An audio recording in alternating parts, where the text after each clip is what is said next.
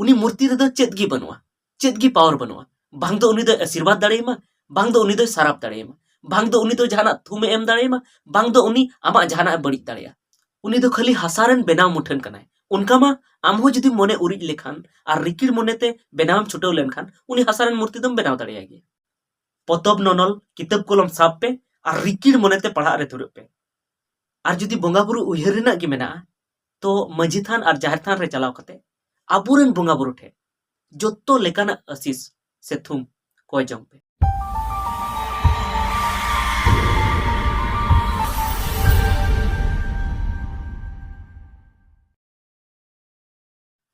no Santali आलांग channel रेना पारमेंट वीडियो रे से आरहों एटागा सोशल मीडिया प्लेटफॉर्म रे से आरहों एटा यूट्यूब चैनल रे से जहां अकिलमान हर को ठे आपे नो पे बडाय का तबन गया पाले जे नो सरस्वती पूजा ते तो ज्ञान दो बांग ᱧᱟᱢᱚᱜ ᱛᱟᱦᱮᱱᱟ और जुदी अबो ज्ञान जुदी आर्जाव सानायत बुना तबे अबो भागी माचेत ठे अबो पढ़ा हुई तबना से आरहों भागी स्कूल सेनो हुई तबना से आरहों उनकना भागी भागी पतब पढ़ा हुई तबना तबे नुआ को नेल काते अबो संताल समाज रेन कोड़ा कुड़ी को जीवन को नुआ को बुझाव के तबना अडी रस्कर ना कथा कना और नुआ को मेने तबना जे आदो हा सरस्वती पूजा दो बाले पूजेया मेनखान ओना को ताला खन गी आले सुर रेन मिद बार कोड़ा इन ठे को ᱧᱟᱯᱟᱢᱮᱱᱟ और नुआ कथा को मेन के दादा अडी नपाय कथा मेनेया जे सरस्वती पूजा और बाले पूजेया सरीगी नुआते आबुआ जहां अरिचली कना ओना बड़ी इदी कना और एटा से आबुन गोयनोक कना तो ओनात को मेने बाबुन पूजेया आदो मेनखान मिटन कथा उनको को मेन क्या को दादा नेस्ते बोंगा उचुले में नेस्ते पूजे उचुले में चेदा से आले ले रोड दहो का और जुदी नुआ जुदी बाले पूजेया तबे आले अडी मुश्किल हुई दाड़ेया तबे उनको नुआ को कथा बाबत तिगी बुन गालमारावा साउते उनको मी बार सलहा बुन एमा कोआ तबे देला नो वीडियो बुन एतहब लगी तबे अबो बुन बड़ाय किया जे नुआ सरस्वती पूजा ते दो ज्ञान दो बांग ᱧᱟᱢᱚᱜ कना चाहे अबो बुन पूजे चाहे बाबुन पूजे तो जखन पूजते से बांग पूजते अबो जीवन रे जहान बदल गी बांग हुयुक कना और जुदी अबो बदल बुन खोजो कना अबो ज्ञान बुन खोजो कना तो उना लगी अबो पढ़ा हुयुक कान ताबन गिया नुआ रना माने उनी मूर्ति रे दो चेद गी बनुआ चेद गी पावर बनुआ बांग दो उनी दो आशीर्वाद दाड़ेमा बांग दो उनी दो साराप दाड़ेमा बांग दो उनी दो जहाना थुमे एम दाड़ेमा बांग दो उनी आमा जहाना बड़ी दाड़ेया उनी दो खाली हासारन बेनाव मुठन कनाय उनका मा आमहो जुदी मोने उरिज लेखान और रिकिड़ मोनेते बेनावम छुटाव लेनखान उनी हासारन मूर्ति दम बेनाव दाड़ेयागी तबे उनको को कोड़ा जहां को मेने ताबोना जे दिन कालम पारमेन बछर ले मेन दहो कदा जे नेस होले मनाव गया तबे खान उनी मूर्ति समांग रे को मेन लेआ से नवा को मेन लेआ जे मूर्ति ले अगुया तबे उनको कथा दो हां उनी मूर्ति दो हां बाय अंजम कदा चेदा से उनी मा हासारन बेनाव मुठन कनाय उनकान मूर्ति मा जहां एटा होड़ को बेनाव दाड़ेयागी जेमन आम जुदी टाटका हासारन जहानी एम बेनावया आरेम मेताया जे आरहों बेनाव मिया तबे उनी दो चेदे अंजम तमा चेदा से उनी दो जीवित तो बनु तया उनी मा हासारन कनाय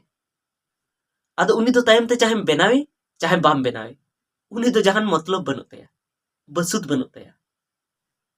उनका की उनको कोड़ा हो मिद मानवा ठेन खन बेनाव का मूर्ति को अगु लेदा और उनी समांग रे को मेन केदा आस्ते बछर आरो होबेक हिजु कान बछर आरहों नंका गे हुयुआ तबे उनी मूर्ति दो चेदे अंजम कदा चेद गी बाय अंजम कदा